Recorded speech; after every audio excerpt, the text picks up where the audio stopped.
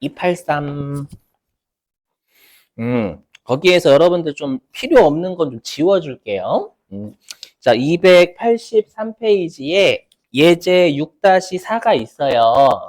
6-4가 있는데, 좀 쓸모없는 건 지울게요. 지금 고정제조 간접비잖아요, 여러분들. 근데 저자분이 주신 건 변동제조 간접비도 던져주셨거든요. 그래서 여기에서 지울 건 변동제조 간접비와 관련된 자료예요. 뭐 지워주시냐면, 거기서부터 10원 곱하기 직접 노동시간 지워주시고, 네모박스. 10원 곱하기 직접 노동시간이라 있잖아요. 네모박스에. 그 다음에 세 번째 줄에 제품 한 단위당 표준 직접 노동시간 2시간 지워주시고, 되셨죠? 자, 그리고 한번 나머지 읽어볼게요. 뭐냐면, 자, 보니까 회사가요, 우리 회사가 생산량을 추정을 한 거예요. 보니까 우리 회사가 8,000개 정도를 기초에 생산할 것 같다라고 추정을 했어요. 그렇죠? 그리고 우리가 1월 1일 날 제조 간접비 같은 경우에는 얼마가 발생할 것 같은지 예측을 할 수밖에 없다라는 거예요. 그래서 거기 연간 제조 간접비가 10만 원 발생할 것 같다라고 추정했다라는 뜻입니다. 왜? 거기 예제 6-4 보시면 주식회사 지구는 제조 간접 원가에 대한 표준 원가를 다음과 같이 추정했대. 추정. 우리가 지운 거를 빼면 생산도 8,000개를 추정했고, 그 다음에 제조 간접비도 10만 원이 발생할 것 같다라고 추정을 한 거예요. 이거 우리 어디서 배웠냐면, 어디였지? 정상원가 계산에서 기초의 예정 배부율 짠다라고 했잖아요. 기억나셔야 돼요. 고정 제조 간접비 예산을, 제조 간접비 예산을 우리가 예정 배부 기준수로 나누면 예정 배부율 기초에 짜놓는다라고 했었죠. 아니에요. 네, 그 다음, 죄송해요. 좀 다시 할 거고. 다시 283페이지 맨 아래 볼게요. 자, 밑줄. 어디냐면, 만 단위까지만 일단 밑줄. 자, 단기에 발생한 실제 고정 제조 간접비는 12만 원. 이거는 기말에나 나오겠죠? 우리 대표적인 고정 제조 간접비가 감가상각 비중이니까. 자, 그리고 단기의 생산량은 만 단이래요. 근데 지금 우리가 추정하기로는 8,000개를 생산할 것 같다라고 추정을 한 거죠, 여러분들. 근데 실제로는 10,000개를 생산한 거예요. 그렇죠? 자, 그다음 계속 읽어보겠습니다. 고정, 제조, 간접, 원가에 대한 밑줄, 예산 차이 밑줄, 조업도 차이 밑줄. 갑자기 여기는 가격 차이하고 수량 차이라고 안 하잖아요. 그죠? 자, 그럼 보세요. 왜 갑자기 우리가 아까 했던 직접 재료비, 직접 농업비는 변동 쪽이었잖아요. 그럼 변동 쪽은 SQ 곱하기 이렇게 해가지고 가격 차이, 수량 차이로 분석을 하는데 지금 하는 고정 제조 간접 원가 있죠. 고정 제조 간접 원가는 우리가 SQ 곱하기 SB 이런 거 안 써요. 자, 왜 안 쓰는지는 여기 보실게요. 화면 무시하시고 안 나오니까. 그 차이 아까 우리가 표준 원가라는 게 제품 한 개당 목표가 되는 원가를 설정한다라고 했죠. 그죠? 근데 아까 우리가 변동비 같은 경우에는 우리가 몇 개를 생산하든지 간에 단위당 원가가 일정했잖아요. 그죠? 몇 개를 10개를 생산하든 100개를 생산하든 1개를 생산하든 구리는 한 개당 1,000원이었잖아요. 맞죠? 근데 결론부터 말씀드리면 고정비는 단위당 원가가 몇 개를 생산했는지에 따라서 달라져 버려요. 그럼 예를 들어 볼게요. 대표적인 우리 고정비가 임차료죠, 임차료. 그죠? 임차료죠, 여러분들. 예, 그래서 임차료 가지고 한번 사례 들어볼게요. 자, 우리 회사가 아까 자동차 부품을 제조한 업체예요. 업체인데 공장을 빌려 쓴대요. 공장을 빌려 쓰는데 그 공장의 임차료가 여기는 한 개당 이렇게 못하죠. 임차료니까. 임차료가 그냥 10,000원이라고 가죠. 10,000원, 10,000원. 근데 지금은 단가니까 자동차 부품 한 개당 임차료 구하는 거. 자동차 부품 한 개당. 맞죠? 그냥 임차료는 총원가고. 맞죠? 그랬을 때, 우리 회사가 자동차 부품을 10개를 생산해요. 그럼 자동차 부품 10개 생산하면 임차료 10,000원 들죠? 그렇죠? 근데 우리가 한 개당 금액 구하려면 10개. 이렇게 나눠야 우리가 자동차 부품 한 개당 임차료가 얼마 녹아져 있는지 알 수 있잖아요. 계산을 하면 요게 1,000원이에요. 그쵸? 근데 우리 회사가 이번에 자동차 부품을 100개를 생산한 거예요. 그러면 총 임차료 얼마네요? 그래도 10,000원 낸단 말이에요. 몇 개를 생산하던지 간에, 아, 이거 어느 나라 사투리지? 가끔, 아유, 죄송해요, 여러분들. 4시간치라도 이렇게 딸리나? 이해하시면 안 돼? 어, 자, 가지고. 자동차. 자, 우리가 임차료는 몇 개를 생산하던지 간에 우리가 총 금액이 변하진 않잖아요. 우리 학원 마찬가지로 학생분들이 몇 분 들어오시든 임차료 내는 건 변함이 없어요. 맞죠? 그러면 당연히 학생분들당 임차료는 달라지겠지. 그죠? 그래서 지금은 100개를 생산했으니까 자동차 부품 한 개당 임차료가 100원이 돼버려요. 그죠? 그 다음에 자동차 부품을 1,000개를 생산해요. 그래도 전체 임차료는 10,000원이잖아요. 그죠? 근데 이번엔 1,000개 생산했으니까 이렇게 하면 자동차 부품 한 개당 임차료는 10원이 돼 버려요. 즉, 몇 개를 생산했는지에 따라서 단위당 고정비는 달라진다라는 거예요. 달라지니까 우리가 예, 제품 한 개를 효율적으로 한 개를 만들 때 우리가 얼마의 수량이 필요하고 가격이 필요한지를 정할 수가 없다라는 거예요. 10개 생산할 때 한 개당 1,000원이고 100개 생산할 때 한 개당 100원이고 1,000개 생산할 때 한 개당 10원이잖아요. 아까 변동비처럼 생산량에 관계없이 단위당 원가가 일정하지 않아요. 않는데 우리가 표준을 세워야 된단 말이에요. 맞죠? 표준을 어떻게든 세워야 되니까 그 제품 한 개당 표준 고정 제조 간접비를 그래도 짜긴 해야 돼요. 목표를. 그래서 짜기 위해서 기준이 되는 생산량을 10개로 할 것인가, 100개를 할 것인가, 1,000개를 할 것인가를 가정할 수밖에 없어요. 지금 사례에서 8,000개가 그거예요. 그래서 우리 회사는 그래도 단위당 표준 고정 제조 간접비는 설정을 해야 되니까 8,000개를 기준으로 해서 뿜빠이를 하자라고 목표를 설정해 놓은 거예요. 그래서 여기요. 그래서 결론은 뭐냐? 여기. 단위당 표준 고정 제조 간접비를 설정해야 되잖아요.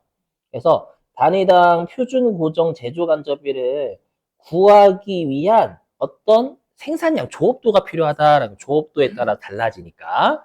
그래서 조업도가 필요하는데 그 조업도를 우리가 뭐라고 하냐면 기준으로 삼을 생산량 조업도다라고 해서 기준 조업도다라고 해요. 그래서 그 기준 조업도가 지금 사례에서 8,000개 추정. 그죠? 8,000개를 기준으로 해서 단위당 표준 원가를 설정을 해보자라고 한 거예요. 회사가. 그 뜻이고요. 이셨죠? 무슨 말인지. 자, 그러면 우리가 이제 시험에서는 그럼 기준 조업도를 주는데 말문제입니다. 말문제. 화면 보시면 말문제. 기준 조업도를 뭘로 삼을 거냐라는 거예요. 이 기준으로 삼을 조업도가 되게 다양해요. 뭐 예를 들면 여기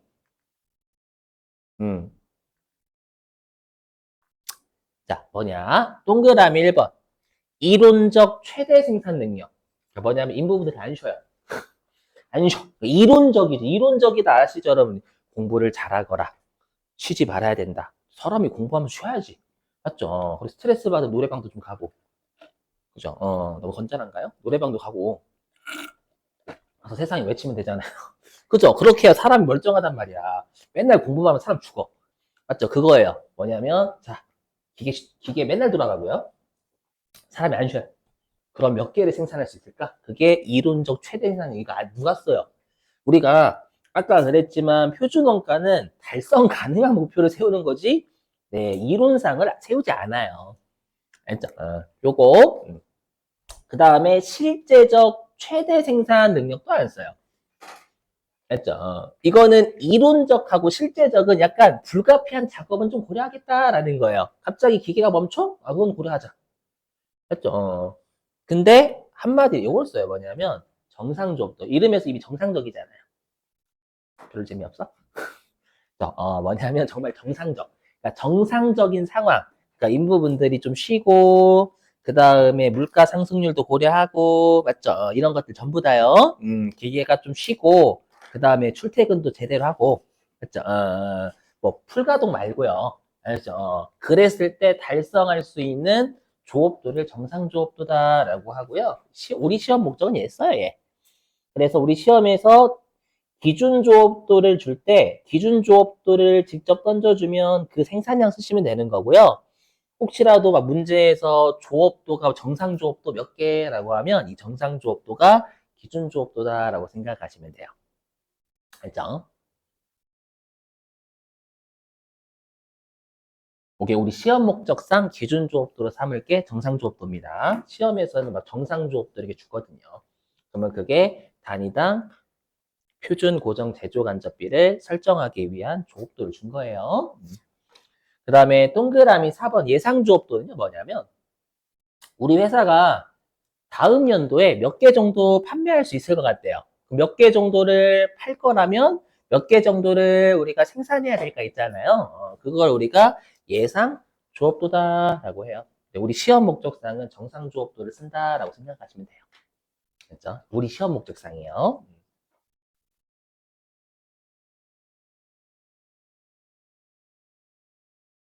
음. 자, 그런데 지금 우리가 283페이지 예제를 보셔서 아시겠지만 실제 시험에서는 좀 풀이를 해서 줘야 되거든요. 근데 우리는 지금 그냥 어떻게 했냐면 뭐 단기에 제조 간접비가 얼마 발생했고 생산량은 몇 개고 이렇게 줬잖아요. 근데 네모박스에 연간 추정 생산량 8,000개, 연간 제조 간접비 10만 이렇게만 줬잖아요. 이거를 제가 좀 해석을 했어요. 이렇게. 알죠? 그 네모박스 안에 있는 걸 여기까지 해석을 해서 여기까지. 어디였어? 여기까지. 여기까지가 네모박스 해석이에요. 제가 해석한 거. 자, 보시죠. 뭐냐면 회사가 연간 제조 간접비를 기초에 10만 원 정도의 임차료가 발생할 거라고 추정을 한 거예요. 기초에. 알죠? 그래서 여기 연간 임차료가 10만 원 정도 발생을 하더래요. 그래서 이번에도 임차료가 10만 원 정도 발생하겠지라고 기초에 추정. 알죠? 고정 제조 간접비 예산을 짠 거예요. 그래서 여기 10만 원이 뭐냐면 고정 제조 간접비 예산. 음. 그리고 우리 회사가 추정하기를 8,000개 정도의 제품을 생산할 것이다 라고 여러분들 우리가 추정을 했잖아요. 그죠? 그래서 여기 그래서 여러 가지 형편을 고려해서 아마 시험에서는 그 8,000개를 정상 조업도 또는 기준 조업도라고 줄 거예요. 그래서 여기 정상 조업도 8,000개를 기준으로 우리가 단위당 표준 고정 제조 간접비를 설정을 했대요. 그죠? 이게 배부율이라고 생각하시면 돼요. 배부율. 그럼 우리가 10만 원을 8,000개로 나누잖아요. 그죠? 우리 배불 짜놓을 때, 예정 배불 짜놓을 때 예정 제조 간접비를 예정 배부 기준 수로 나눴잖아요. 그죠? 그 배부 기준이 여기서는 생산량이라 생각하시면 돼요. 그랬더니 제품 한 개당 표준 고정 제조 간접비가 12.5원으로 기초에 설정을 한 거예요. 설정. 요게 네모박스 준 겁니다, 여러분들. 그래서 시험에서 나오면 여러분들이 고정 제조 간접비 예산 줄 거거든요. 기초에 회사가 추정을 해요. 얼마의 예산이 들 건지. 그리고 우리가 기초에 단위당 표준 원가를 설정한다. 기초에. 맞죠? 그러다 보니까 1,000개를, 지금 10만 원을 8,000개로 나눠가지고 기초에 단위당 표준 고조 제조간접비를 12.5원으로 설정을 한 거예요. 그죠? 자, 근데 보니까, 자, 해당 연도에 실제로 10,000개 생산했다라고 문제에서 줬죠. 아래쪽에, 네모박스 아래쪽에. 그리고 문제에서 단기에 발생한 실제 고정 제조간접비는 12만 원이래요. 그러니까 올해 연도 말에 알고 보니까 임차료가 12만 원이었던 거예요. 나 10만 원 발생할 줄 알았는데. 알죠? 그래서 공장 임차료가 실제는 12만 원 발생했대요. 이렇게. 예. 우리 아까 봤었지만 수량 차이하고 가격 차이로 나눌 수가 없어요. 몇 개를 생산했는지에 따라서 단위당 원가 달라지기 때문에 그런 거예요. 그죠? 자, 그래서 어떻게 하냐? 화면 보시면 그래서 단위당 표준 원가를 12.5원 설정하는 건 암기예요. 그죠? 그래서 고정 제조 간접비 예산을 정상조업도로 기초에 나누면 단위당 표준 고정 제조 간접비 설정 기초 설정하는 겁니다요. 자, 10만 요 기초입니다. 기초. 이거,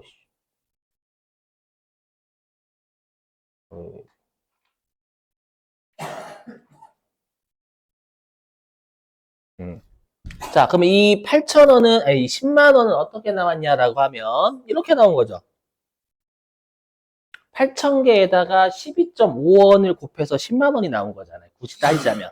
그러니까 순서로 따지면 내가 기초에 10만 원의 고정 제조 간접비가 발생할 것이라 추정했고요. 그 다음에 요 단위당 표준 원가를 설정하기 위해서 기준으로 삼은 조업도가 8,000개예요. 요렇게 해가지고 단위당 고정 제조 간접비 표준 고정 제조 간접비 설정한 거 12.5원 요거를요. 그래서 얘를 우리가 공식으로 표현하자면 고정 제조 간접비 예산이 10만 원인 거죠. 아니면 요 8,000개가 기준 조업도 그죠? 그리고 여기는 12.5원이 그냥 여러분들이 단위당 표준 원가 이렇게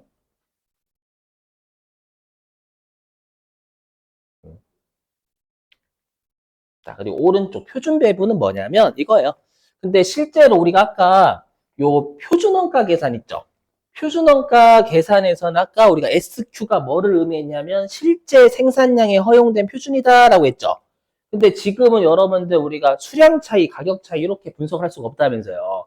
그래서 실제로 우리가 몇 개를 생산했냐면 10,000개를 생산했죠. 그래서 여기 10,000개를 생산했단 어디 갔어? 10,000개를 생산했단 말이에요. 실제로 10,000개 생산했고 그 10,000개가 12.5원만큼 여러분 배부가 됐겠죠. 그죠? 그럼 이렇게 하게 되면 12만 5천 원. 근데 실제로 우리가 고정 제조 간접비 임차료는 12만 원이 발생했고요.